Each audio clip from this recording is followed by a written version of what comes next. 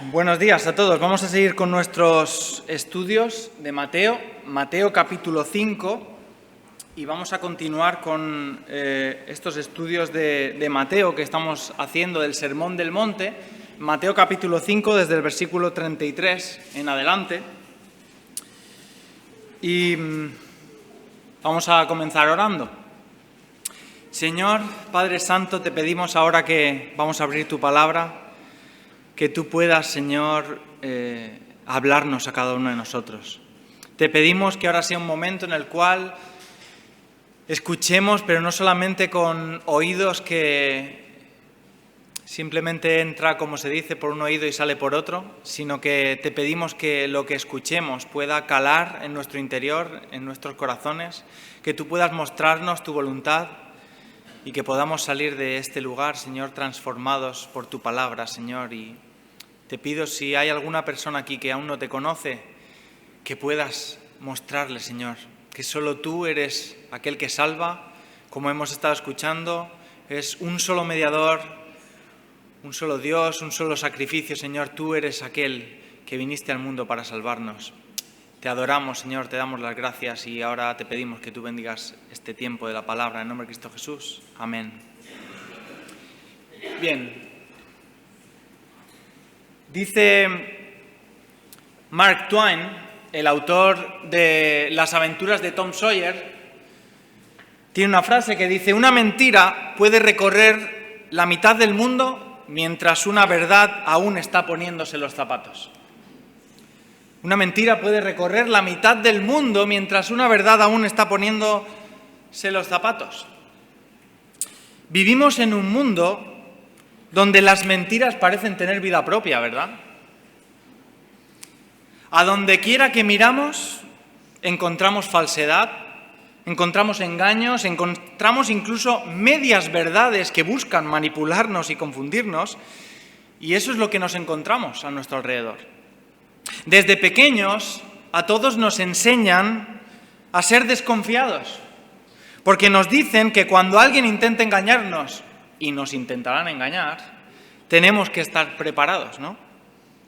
La realidad es que la mentira está alrededor nuestra por todos sitios. Y sabéis, no importa si la persona es rica, es pobre, si tiene poder, si no tiene poder, la mentira está por todas partes y afecta a cada rincón de nuestra sociedad y del ser humano. Y lo más triste es que incluso a aquellos que nosotros confiamos para que sean los defensores de la verdad, incluso ellos muchas veces acaban cayendo en los engaños y en la mentira, ¿verdad? ¿Pero por qué? ¿Qué es lo que pasa? Pues sabéis, la Biblia nos dice por qué, y es porque la mentira está dentro de nuestros corazones. ¿Y por qué? Porque la naturaleza caída que tenemos a causa del pecado, como consecuencia de habernos apartado de Dios y de habernos quedado bajo la influencia del rey de este mundo, que sabéis quién es el rey de este mundo, o el príncipe de este mundo, es Satanás. ¿Y sabéis cómo se le llama en la Biblia a Satanás? El padre de la mentira. Satanás está en medio del corazón de este mundo, pero en medio del mar de mentiras en el cual estamos rodeados. Ahora acudimos a la palabra de Dios y vemos a Jesús, que nos presenta algo completamente diferente. Jesús hoy, en el Sermón del Monte, nos va a hablar de un reino diferente. Un reino muy diferente al cual tiene Satanás en este mundo. Un reino en el cual no habrá mentira. Y vamos a continuar con nuestros estudios del Sermón del Monte. Y para los que estáis siguiendo un poco la serie de predicaciones, ya sabéis un poquito qué es lo que se está hablando, cuál es el objetivo principal de Jesús cuando está enseñando estas enseñanzas, valga la redundancia, del Sermón del Monte. En estas palabras de Jesús, su objetivo principal es enseñar acerca del reino de Dios. Por así decirlo, siempre lo digo, podemos decir que el rey está enseñando acerca de su reino. Y hoy nos vamos a encontrar con un nuevo contraste. Si recordáis las anteriores veces que he estado compartiendo con vosotros, hemos visto ya varios contrastes. Jesús está ahora en el capítulo 5 enseñando a través de contrastes. Este es el cuarto contraste que hace Jesús en este sermón. Y a través de este contraste, Jesús nos va a mostrar que su reino es totalmente diferente a cualquier otro reino o sociedad que nosotros hayamos visto jamás como seres humanos. Jesús nos va a llamar a vivir o a ser ciudadanos de un reino que se opone por completo a la cultura del engaño que reina en este mundo. Jesús nos está invitando a formar parte de un reino que nos invita a vivir con integridad. Así que hoy la pregunta es, ¿eres tú? ¿Somos nosotros una persona íntegra? ¿Vives tú de una forma íntegra ya hoy? ¿Estamos viviendo como ciudadanos de este reino? ¿O hemos permitido que las influencias de nuestro alrededor nos lleven a perder la integridad que debería caracterizar al pueblo de Dios? ¿Sabéis?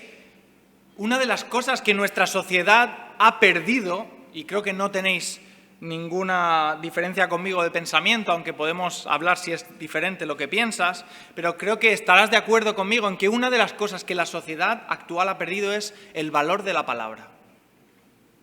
El valor de la palabra. Donde dije digo, digo Diego. Lo que hoy digo a lo mejor esta tarde, lo pienso de otra forma. El valor de la palabra, y Jesús hoy nos va a enseñar que nuestra palabra debe tener un valor. La palabra de un cristiano, de un hijo de Dios, debe tener un valor. Debemos ser personas de integridad, no solo en lo que hacemos, sino en lo que decimos también. Así que abre tu Biblia en Mateo 5, versículos del 33 al 37. Lo he puesto aquí por si alguien no tiene su Biblia, pero lo voy a leer. Mateo 5, del 33 al 37, dice así Jesús. También habéis oído que se dijo a los antepasados, no jurarás falsamente, sino que cumplirás tus juramentos al Señor. Pero yo os digo, no juréis de ninguna manera, ni por el cielo, porque es el trono de Dios, ni por la tierra, porque es el estrado de sus pies, ni por Jerusalén, porque es la ciudad del gran rey, ni jurarás por tu cabeza, porque no puedes hacer blanco o negro ni un solo cabello. Antes bien, sea vuestro hablar sí, sí, o no, no. Y lo que es más de esto, procede del mal. Hermanos, hoy lo que vamos a ver es cómo Jesús nos muestra un reino diferente. Jesús va a mostrarnos cómo su reino es diferente. Y ahora quiero que veamos dos aspectos en estos versículos donde vemos cómo es el reino de Dios, por qué es diferente. En primer lugar, vemos aquí que es un reino en contra de la cultura del engaño. Esa cultura del engaño que tanto está a nuestro alrededor, que reina en este mundo. Pues fijaos, el reino de Dios es un reino en contra de la cultura del engaño. Y vamos a empezar leyendo el versículo 33, que dice así. Dice, también habéis oído que se dijo a los antepasados, no jurarás falsamente, sino que cumplirás tus juramentos al Señor. Vamos a parar aquí, vamos a intentar explicar un poquito lo que está hablando Jesús. ¿Sabéis? Jesús está repitiendo la misma fórmula que está utilizando en todos los anteriores contrastes. ¿Lo recordáis? Jesús lo primero que hace cuando va a enseñar en esta sección del Sermón del Monte es citar una ley del Antiguo Testamento que había sido tergiversada por los líderes de la época. Los líderes de la época habían cogido ciertas leyes y por la tradición, por el paso del tiempo, por la cultura, por diferentes cuestiones, habían cambiado el significado original de lo que la palabra de Dios quería enseñarles. Así que Jesús aquí nuevamente va a repetir, igual que ha hecho cuando Jesús habla del odio, igual que cuando Jesús habla del adulterio, igual que cuando Jesús habla del divorcio, y ahora va a hablar de los juramentos. Y después, cuando Jesús cita esa ley, lo que va a hacer es explicar lo que significaba en la idea original de Dios para todos nosotros, ¿vale? Entonces, lo primero es, ¿a qué se refiere Jesús cuando está diciendo, oísteis que ha sido dicho, no jurarás? ¿Qué textos está citando? Pues 3 principalmente. Primero, Levítico 19:12, y esto que he puesto aquí en rojo, aunque no se vea muy bien, es importante. Y dice, y no juraréis en falso por mi nombre, profanando así el nombre de tu Dios, yo soy el Señor. Otro texto que habla de esto está en Números 32, que dice, si un hombre hace voto al Señor o hace un juramento para imponerse una obligación, no faltará a su palabra, hará conforme todo lo que salga de su boca. Deuteronomio 23:21, que dice, cuando hagas un voto al Señor tu Dios, no tardarás en pagarlo, porque el Señor tu Dios ciertamente te lo reclamará y sería pecado en ti. Ahora, no sé si os ha dado tiempo a analizar un poquito estos 3 versículos, pero si yo os preguntara, y por eso está subrayado lo rojo para que os dé una pista, si yo os preguntara en estos 3 versículos, ¿dónde está el énfasis de la enseñanza?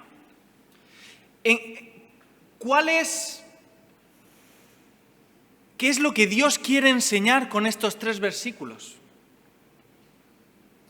No voy a decir que a nadie conteste, pero os lo puedo decir. ¿Sabéis? El énfasis de estos 3 versículos está en la veracidad. Cada persona debe ser honesta, debe ser sincera cuando hace una promesa. Debe tener la intención de cumplirla y ser fiel a su palabra. Ese es el punto de estos 3 pasajes. Estos textos nos enseñan que el compromiso con la verdad es fundamental cuando hacemos un juramento, una promesa, y no solo ante los demás, sino especialmente ante Dios. La persona debe ser coherente con lo que está diciendo y en sus palabras debe estar buscando cumplirlo, debe buscar ser sincero, honesto, verdad. El énfasis está en la veracidad del corazón. Y este énfasis no solamente está en estos 3 versículos. El énfasis en que nuestro corazón debe buscar la verdad está en toda la Biblia. La Biblia nos enseña que debemos buscar ser sinceros. Esto es algo que le agrada profundamente a Dios. ¿Sabéis? Mirad, Salmo 24:4 dice, ¿quién es el que agrada a Dios? Y dice el versículo, el de manos limpias y corazón puro. El que no ha alzado su alma a la falsedad ni jurado con engaño. Sin embargo, a pesar de que la Biblia está llena de textos que nos hablan de que Dios busca que nuestro corazón sea sincero, honesto y de verdad, que busque la verdad, los líderes religiosos de esa época habían distorsionado el verdadero significado del énfasis. Y ahora os voy a mostrar cómo. Para ellos, la enseñanza central de estos 3 versículos no era que deba ser honesto, sino era el siguiente. Ellos habían cambiado el énfasis de no juraréis en falso por mi nombre. No juraréis en falso por mi nombre. El siguiente decía, si un hombre hace un voto al Señor o hace un juramento para imponerse una obligación, no faltará a su palabra. En lugar de estar el énfasis en cumplir la palabra, dice, si un hombre hace un voto al Señor. Y en el siguiente texto dice, cuando hagas un voto al Señor, no tardarás en pagarlo. ¿Os estáis dando cuenta? Fijaos, para ellos la enseñanza central no era la veracidad. Era, no quebrantarás tu juramento, sino que cumplirás tus votos que hayas jurado al Señor. Ahora, en otras palabras, para los escribas y fariseos, un voto que incluía el nombre del Señor debía cumplirse a toda costa. Pero, si un juramento no mencionaba expresamente al Señor, entonces ya era otra cosa. lo consideraban de menor importancia. Y así empezaron a multiplicar sus juramentos. Porque la palabra de Dios dice no jurarás por el Señor. Pero entonces ellos decían, vale, entonces si yo no juro por el Señor puedo decir lo que quiera. ¿Y qué hacían? Juraban por el cielo, juraban por la tierra, juraban por el templo, juraban por el altar, juraban por su cabeza, juraban por su familia, juraban por cualquier cosa. ¿Y por qué lo hacían? Bueno, pues quizá para impresionar a los demás, quizá para ganar un debate, quizá para sobresalir por el resto. Pero lo peor de todo es que al final, cuando exageraban y juraban por todas estas cosas, muchas de las veces resultaba que lo que estaban diciendo era mentira. Pero ellos no pensaban que fuera tan grave porque no estaban jurando directamente en el nombre del Señor. Y es por eso que Jesús aquí tiene que hacer esta aclaración, para exponer la hipocresía de los líderes judíos y les tiene que decir, pero yo os digo, no juréis de ninguna manera, ni por el cielo porque es el trono de Dios, ni por la tierra porque es el estrado de sus pies, ni por Jerusalén porque es la ciudad del gran rey, ni jurarás por tu cabeza porque no puedes hacer blanco o negro ninguno de tus cabellos. Fijaos bien, lo que hace aquí Jesús es demostrarles que no importa por qué están jurando, porque al fin y al cabo sigue siendo que están jurando delante de Dios. Dijeran lo que dijeran, lo que estaban haciendo era haciendo un juramento también delante del Señor, porque si juraban por el cielo, ¿dónde está el trono de Dios? En el cielo. Si juraban por la tierra, dice, ¿dónde es el estrado de sus pies? También es de Dios. Si juraban por Jerusalén, ¿no es esa, dice el texto, refiriéndose a un salmo, la ciudad del gran rey? Incluso algunos llegaban a jurar por su propia cabeza, como diciendo, mira, si no cumplo lo que digo, o si lo que digo es mentira, que pierda mi cabeza. Pero Jesús les recuerda algo fundamental y es que Dios está al control de todas nuestras vidas, incluso de los detalles más pequeños, como cuando se cae uno de nuestros cabellos. Dios aún está al control de todo eso. Hermanos, no sé si alguna vez habéis conocido o os viene a la cabeza alguien que tenga la fama de mentiroso. Alguna persona que conozcáis, que sea una persona que dice, madre mía, esta persona miente más que habla. Y seguro que muchos de nosotros podemos pensar en personas así, ¿verdad? Y sabéis, una de las características de las personas que tienen poca credibilidad, de las personas que mienten muchísimo, es que cuanto más insisten de que lo que dicen es verdad, más están mintiendo. Cuanto más insisten en decir, no, que es que esta vez es verdad, mentira. Y esto es lo que estaba pasando. Cuanto más juraban, cuanto más decían, no, por el cielo, por la tierra, más mentiras estaban diciendo. Hay personas que tienen la costumbre de hablar de formas y maneras muy convincentes, adornando sus palabras con grandes promesas o juramentos, pero que al final de todo es mentira. Y llegados a este punto, también tenemos que aclarar una cosa importante, porque claro, cuando leemos este texto por encima, podemos preguntarnos, bueno, entonces aquí Jesús, si está prohibiendo los juramentos, entonces significa que estas palabras también, prohíben todos los tipos de juramentos. ¿Qué ocurre, por ejemplo, con los juramentos que se hace en un tribunal? No sé si alguna vez has ido a un tribunal de testigo. Yo fui una vez con un paciente, trabajo, de testigo, y antes de empezar a hablar, tú tienes que hacer un juramento. Y la verdad es que aunque tú lo que vayas a decir, tú eres totalmente, estás con una conciencia muy tranquila de que lo que vas a decir es verdad, pero eso impone. Porque dices, madre mía, lo que voy a decir es verdad. Pero incluso te pones nervioso porque ya dudas de cómo te llamas, ya te pones a temblar por esa situación. ¿Significa esto eso? La respuesta es que no. Y vamos a explicar por qué. Jesús no está prohibiendo todos los juramentos. ¿Y cómo sabemos eso? Pues mirad, uno de los principios de interpretación bíblica es que la Biblia se interpreta a sí misma. Cuando nosotros vamos a estudiar un tema, no podemos coger un solo versículo en concreto aislado, sino que tenemos que ver todo lo que dice la Biblia acerca, en este caso, de los juramentos. Y sabéis, la Biblia habla acerca de los juramentos. De hecho, es un tema bastante recurrente en el Antiguo Testamento y vemos muchos personajes del Antiguo Testamento que realizaban juramentos. Tengo una lista grande de versículos, pero hay personajes como Abraham, personajes como Isaac, como Jacob, como José, que realizaron juramentos. Y sorprendentemente, Dios mismo realizó también juramentos. Fijaos un ejemplo, Salmo 110:4 dice: el Señor ha jurado y no se retractará, tú eres sacerdote para siempre, según el orden de Melquisedec. Ahora luego retomaré ese texto. Por lo tanto, cuando estudiamos todo el tema de los juramentos en la palabra de Dios, nos damos cuenta de que no se está hablando que se esté en contra de todos y cada uno de los juramentos, y en este caso hablamos de los juramentos solemnes o formales ante un tribunal. ¿Sabéis? Desgraciadamente, en un mundo tan lleno de mentira y de engaño, de falta de integridad, hay muchas veces que estos juramentos son necesarios para poder asegurar la veracidad de algunas declaraciones importantes y formales, como puede ser en un juicio.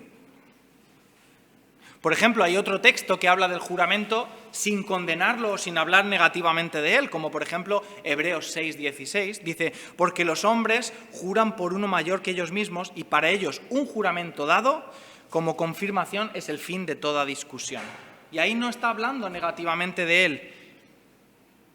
Así que Jesús no está condenando todos los juramentos. Lo que está denunciando es el juramento ligero, el impertinente, el innecesario, el que se hace con frecuencia, el hipócrita, el que se utiliza para impresionar, para adornar una conversación, pero que en realidad detrás de todo eso está la intención de engañar y de no cumplir con lo que estás prometiendo. Porque el reino de Dios, el reino que Jesús está presentando y que Él es el Rey, es radicalmente diferente al mundo que nos rodea. Porque este reino no solo no comparte la cultura del engaño en la que vivimos, sino que la detesta, que se opone a la mentira de una forma absoluta. En el reino de Dios la verdad no es negociable. Y las mentiras grandes o pequeñas no tienen lugar. Y la pregunta que nos tenemos que hacer ahora, llegados a este momento, es: ¿somos conscientes de que algún día daremos cuentas ante Dios de cada palabra que hemos dicho? ¿Somos nosotros íntegros en nuestra forma de hablar? Jesús enseñó que de la abundancia del corazón habla la boca. Y también que seremos juzgados por nuestras palabras, lo dice en Mateo 12:36. Así que la pregunta para nosotros como hijos de Dios es: ¿estamos permitiendo que el mundo nos influencie tanto como para empujarnos a incluso empezar a justificar pequeñas mentiras, empezar a adornar nuestras promesas? ¿Nos hemos dejado atrapar por la cultura del engaño o somos personas íntegras y confiables en todo lo que decimos? ¿Reflejan nuestras palabras el carácter del Rey al que seguimos? ¿Vivimos de una forma en la que nuestras palabras pueden ser confiables sin necesidad de adornarlas ni jurar por ellas? ¿Dan testimonio a los demás nuestras palabras y nuestras acciones de que somos hijos de Dios?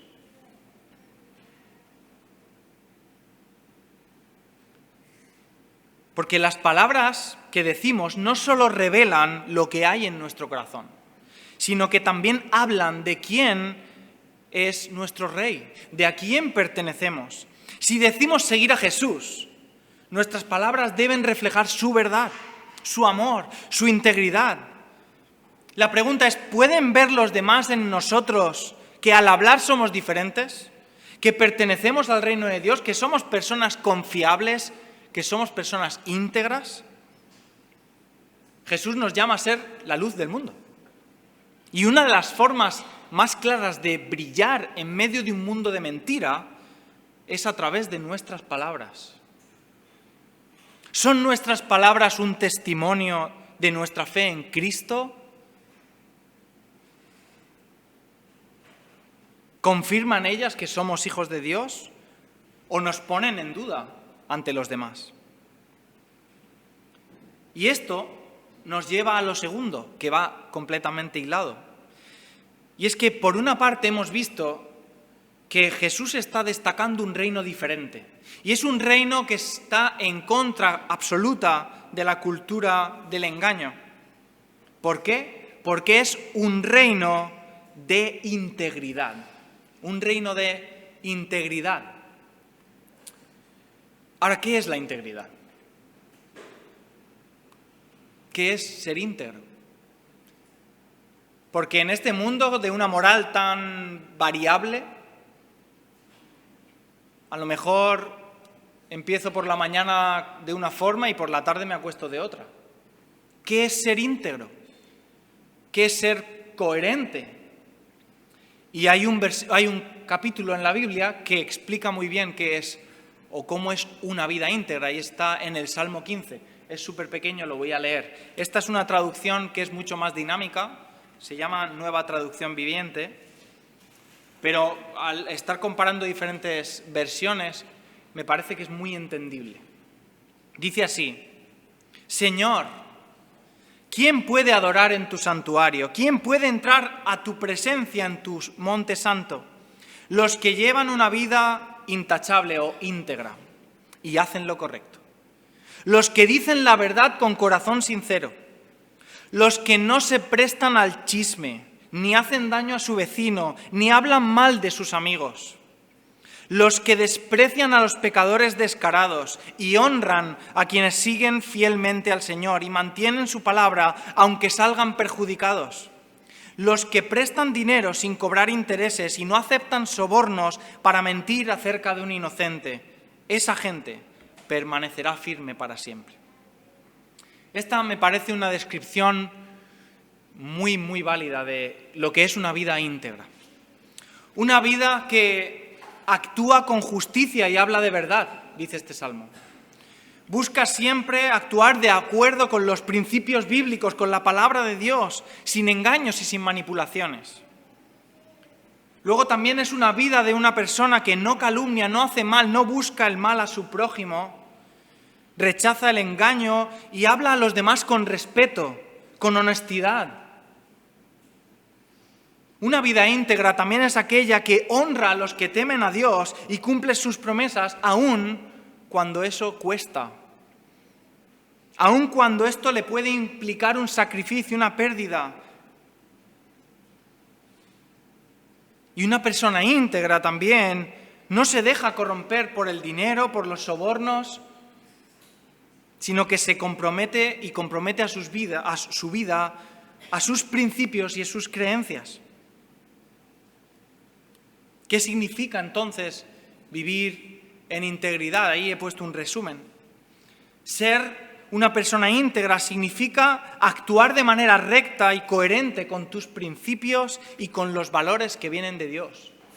Una persona íntegra es una persona que vive con honradez, con honestidad, con respeto por los demás, con corrección, responsabilidad, control emocional, respeto por sí mismo, puntualidad, lealtad, pulcritud, disciplina, congruencia, firmeza en las acciones. Es decir, una persona íntegra es alguien en quien se puede confiar.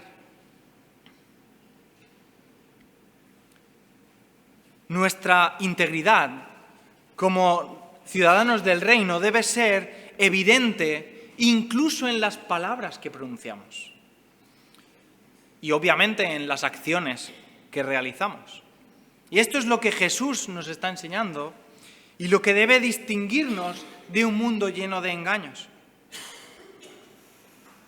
Ahora, fijaos cómo Jesús, todo esto, veis que estamos intentando, llevo ya un rato intentando explicar lo que es vivir con integridad.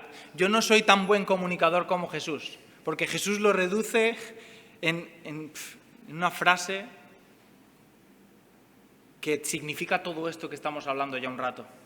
Jesús, ¿qué es lo que dice? Antes bien, sea vuestro hablar sí, sí, o no, no. Ya está.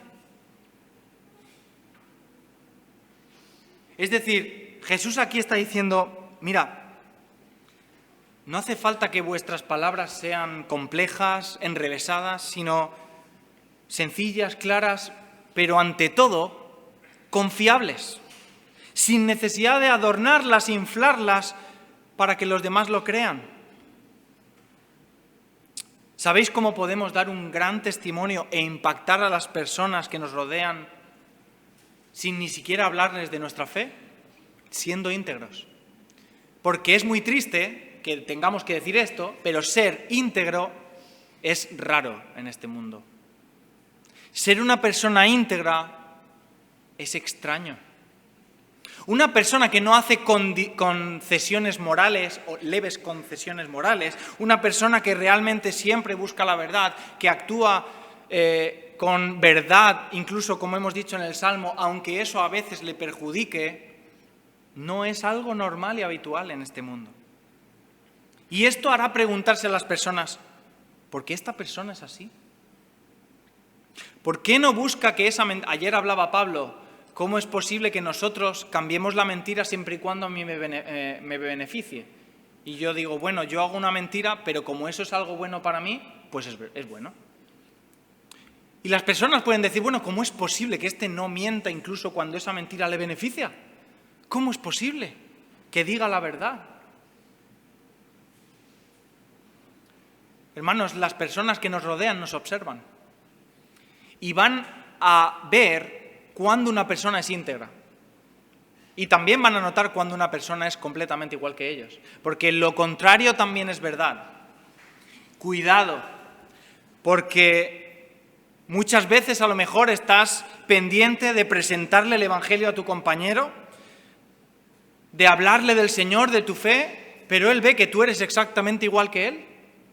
Muchas veces estás diciéndole cómo, en lo que crees, cuál es tu fe, pero tu testimonio está manchado ante ellos, porque ellos perciben que tampoco eres una persona íntegra, que no eres confiable, que mientes, que actúas con engaño igual que los demás.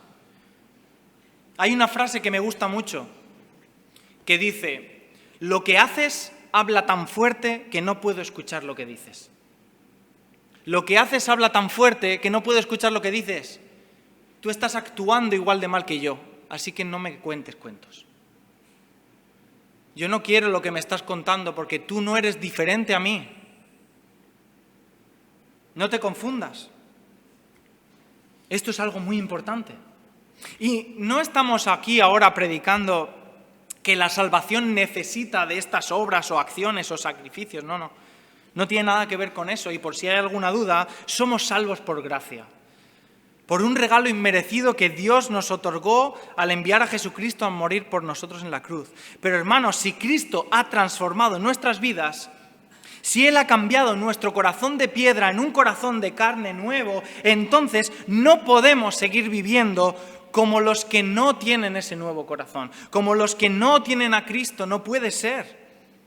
Jesús nos llama aquí en este texto a tomar acción, a vivir de un modo diferente al mundo.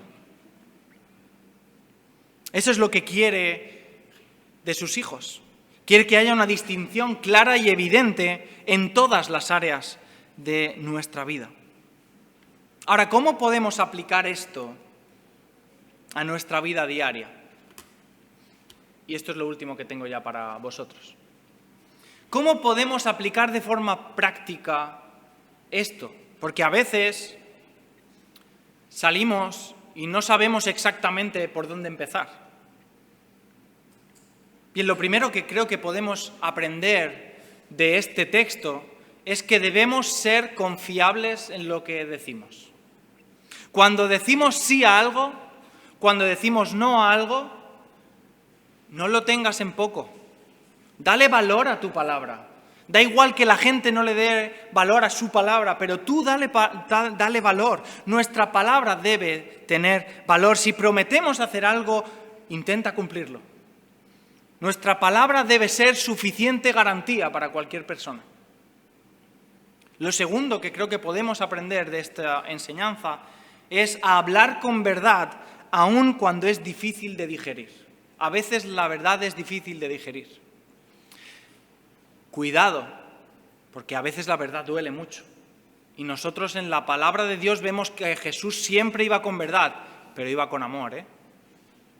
Tampoco la utilicemos para atacar a la gente. Pero sí, la verdad debe prevalecer y debemos buscar siempre la verdad. Otra cosa que podemos aprender de este texto es evitar la exageración o las promesas vacías. Jesús nos advierte sobre adornar con juramentos innecesarios y exageraciones, algo que el mundo hace. El mundo tiene una forma de hablar muy rimbombante para impresionar o manipular y debemos resistir la tentación porque Jesús dice que lo que es más de sí, sí y no, no, ¿de dónde viene? De Satanás.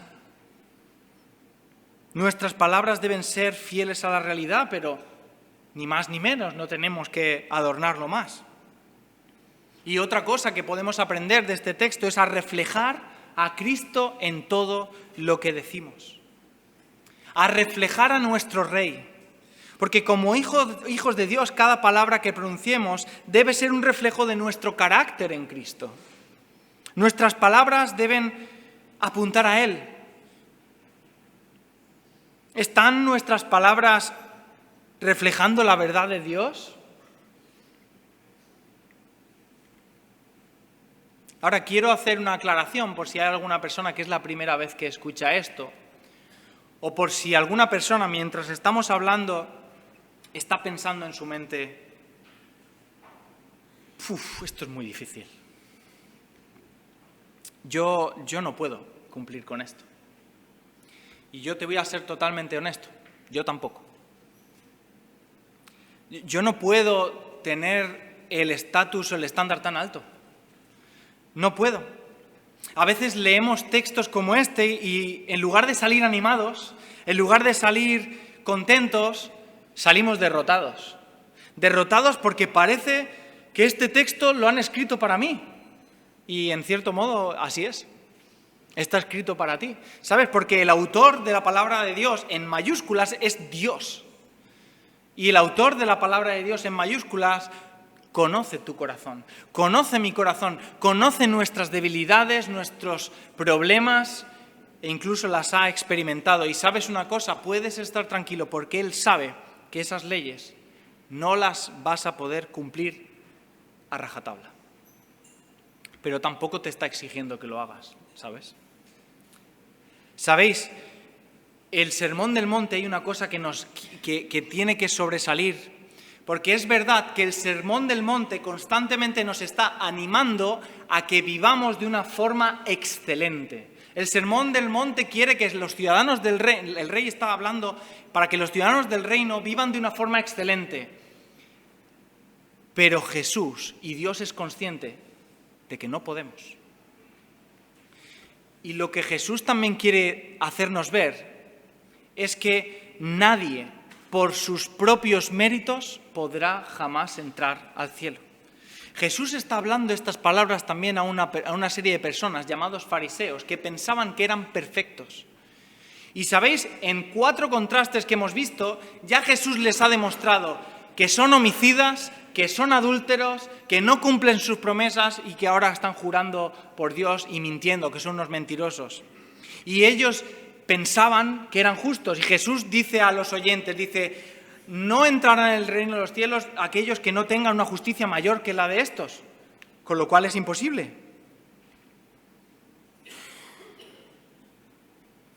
Pero por eso vino Cristo a este mundo.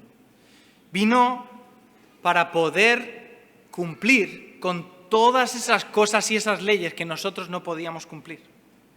Él sabía que el pecado está en nuestros corazones y eso nos llevaría a la muerte y por esa razón tuvo que venir a este mundo.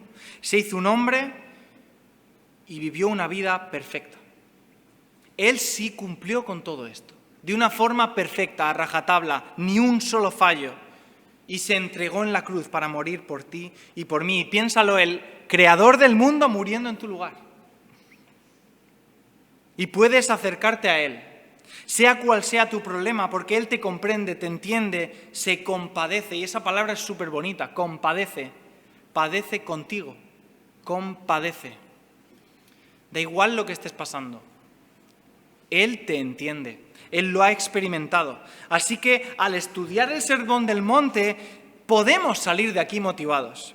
Podemos salir motivados para intentar hacer lo posible para que nuestras vidas estén caracterizadas por la integridad, pero sobre todo porque podemos salir confiados, no solo motivados para vivir de una forma íntegra, sino confiados también. Porque aunque nosotros faltemos a nuestra palabra, aunque nosotros fallemos, aunque nosotros mintamos, Él no. Y nuestra justicia no es la nuestra, es la suya. Nuestro Rey nunca faltará a su palabra. Todo lo que dice se cumple y podemos descansar en sus promesas. Te leo estos versículos y oramos para acabar. Hay un texto en el cual habla que Dios ha jurado hacer una cosa conmigo, con aquellos que han creído en Él. Y está en Hebreos 6, 16, 20. Dice, ahora bien, esto lo he leído antes, cuando las personas hacen un juramento, invocan a alguien superior a ellas para obligarse a cumplirlo. Y no cabe ninguna duda de que ese juramento conlleva una obligación. Dios también se comprometió mediante un juramento para que los que recibieran la promesa pudieran estar totalmente seguros de que Él jamás cambiará de parecer. Así que Dios ha hecho ambas cosas, la promesa y el juramento. Estas dos cosas no pueden cambiar porque es imposible que Dios mienta. Por lo tanto, escucha bien, los que hemos acudido a Él en busca de refugio, podemos estar bien confiados aferrándonos a la esperanza que está delante de nosotros. Esta esperanza es un ancla firme y confiable para nuestra alma, que nos conduce a través del velo al santuario interior donde está Dios, y Jesús ya entró allí por nosotros. Jesús no está pidiendo que tú cumplas con todo. Él ha cumplido por ti. Jesús está pidiendo que creas en Él. Que creas en Él. Él es el justo.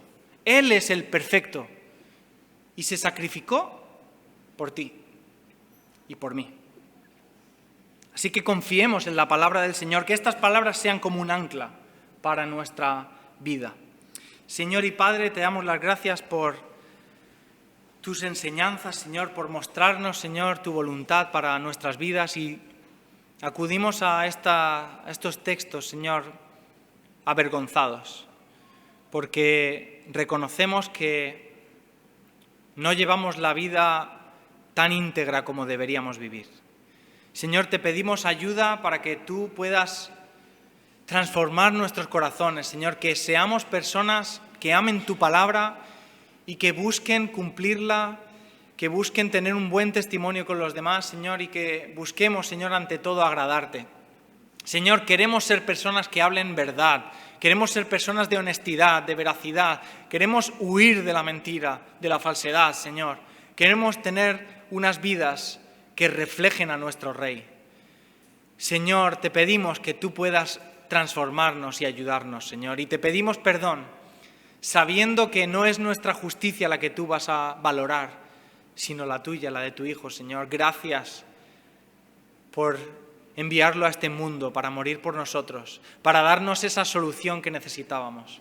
Te pedimos, Señor, que tú puedas bendecir cada una de las personas que están aquí, que tu palabra pueda transformarnos, Señor, y que podamos salir de aquí con una motivación y una confianza de poder seguir sirviéndote de la mejor forma posible, para que las personas de fuera puedan ver que somos distintos, que tenemos un mensaje de salvación, de amor, Señor, y que tú puedas transformarles y salvarlos, Señor. Gracias, en nombre de Cristo Jesús. Amén.